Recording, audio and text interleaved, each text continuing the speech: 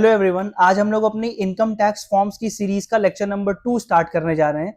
Lecture number 2 में मैं आपको बताऊंगा कि आईटीआर 2 क्या होता है। लेक्चर नंबर 1 में हम लोगों ने ऑलरेडी आईटीआर 1 यानी कि सहज के बारे में समझ लिया था। आईटीआर 2 उनके लिए एप्लीकेबल होता है जो इंडिविजुअल हैं और एचयूएफ है, हिंदू अनडिवाइडेड फैमिली। ध्यान दीजिएगा, मैंने यहाँ पे रेसिडेंट इंडिविजुअल नहीं बोला, सिर्फ इंडिविजुअल बोला है। इसका मतलब अगर कोई नॉन रेसिडेंट इंडियन है, नॉन रेसिडेंट है, तो वो भी यहाँ पे अपना आईटीआर फाइल कर सकता है। किस फॉर्म से? ITR number 2। इसलिए यहाँ पे बोला गया इंडिविजुअल, ना कि रेसिडेंट इंडिविजुअल।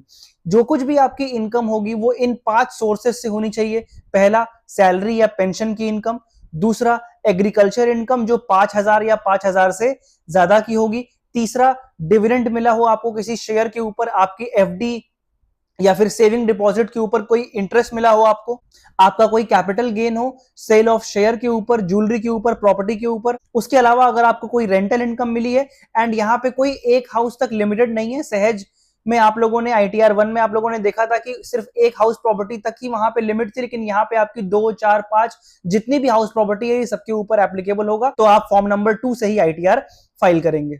यहां पे हम लोगों को समझना है कि क्या एक्सेप्शन है आईटीआर 2 के। हम लोगों ने आईटीआर 1 में बहुत सारे एक्सेप्शंस देखे थे, तो जो आईटीआर 1 के एक्सेप्शंस थे वो आईटीआर 2 के ऊपर एप्लीकेबल हो जाएंगे। जैसे कि वहां पे आपने देखा कि एग्रीकल्चर इनकम की लिमिट सिर्फ 5,000 रुपए तक की है, तो यहां पे 5,000 से ज्यादा की आ जाएगी। और इसके एक्सेप्शन के अंदर जो चीज आती है वो होती है बिजनेस इनकम। जी हाँ, अगर आपको किसी भी तरीके की इनकम आपके बिजनेस से हुई है तो उसके लिए आप किसी और फॉर्म का इस्तेमाल करोगे, आईटीआर 2 का इस्तेमाल नहीं कर सकते। आई होप आपको ये समझ में आया होगा। मिलते हैं नेक्स्ट टर्न पे आईटीआर 3 के साथ।